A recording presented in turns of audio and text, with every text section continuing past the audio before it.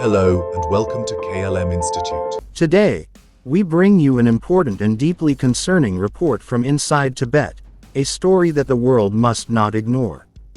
In a shocking and heartbreaking move, Chinese authorities have demolished over 300 sacred Buddhist stupas and statues, including one of Guru Padmasambhava, in the Karze region of Tibet, a place that holds deep spiritual significance for Tibetan Buddhists.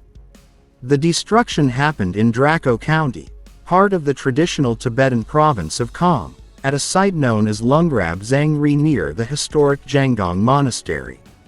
This is not just about broken stone and destroyed buildings. For the Tibetan people, these structures are symbols of centuries-old faith, culture, and spiritual identity. Local sources say the demolitions took place in late May or early June 2025. Chinese authorities also destroyed a newly built statue of Khenpo Jigme Phuntsok, a respected Tibetan Buddhist teacher and founder of the Sarthar Buddhist Institute. What makes this even more disturbing is the harsh control China has imposed on the region since. Locals are not allowed to talk about the destruction. Sharing information with the outside world could result in arrest under charges like leaking state secrets. The entire area has been sealed off, and access is tightly restricted. Authorities claim the structures were illegal and built on government land, but no clear details have been provided. All the debris from the destroyed stupas has already been cleared, as if trying to erase their existence altogether. This is part of a much larger and troubling pattern, what many Tibetans are now calling a second cultural revolution. China is trying to Sinicize Tibetan Buddhism, which means changing and controlling it to match Communist Party ideology. A recent policy, known as Decree No. 22, now forces all Tibetan monasteries to operate under strict government rules. This law came into effect in January 2025. Monasteries must follow official orders, and religious leaders can no longer teach or travel freely. One tragic example is the case of Tulku Humkar Dorje, a respected spiritual teacher from Golog, in Tibet's Amdo region. After being falsely accused of opposing Chinese religious policies, he was forced into hiding in Vietnam. But in March this year, he was captured and later died in Chinese police custody. His death was covered up, and no explanation has been given by either the Chinese or Vietnamese authorities.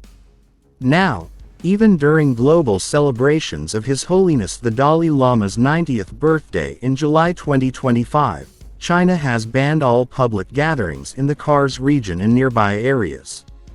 Monks are not allowed to travel in groups, and some leaders like Khenpo Tenga of Jianggang Monastery are being closely watched and restricted. This crackdown is not new. In 2021, the Draco County government shut down monastery schools and destroyed important religious monuments and prayer wheels. Sadly, this is not the only development happening in Tibet that raises concerns. At the same time as this cultural destruction, China is building the world's largest hydroelectric dam by water volume on the Yarlung Tsangpo River, known as the Brahmaputra in India, right in the heart of Tibet. This massive project will create the biggest water reservoir on Earth.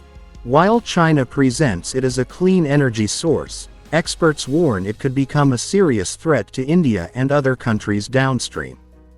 Controlling the river gives China power over the flow of water to millions of people across South Asia. In times of conflict or tension, this dam could be used as a tool of pressure or even aggression. So while sacred Buddhist sites are being demolished in one part of Tibet, in another part, China is expanding its strategic control through mega infrastructure. Both moves show how Tibet is being used as a political, military, and economic tool, with little regard for its people, its culture, or its fragile environment. This is a developing story. The information coming out is limited due to the total communication blackout enforced by Chinese authorities. But one thing is clear: Tibet's ancient spiritual identity is under siege, and the world cannot remain silent. Thank you for watching. Please like, share, and subscribe to KLM Institute for more in-depth and truthful reporting on issues that matter. And don't forget to click the bell icon so you never miss an update. Stay informed, stay aware, stay connected.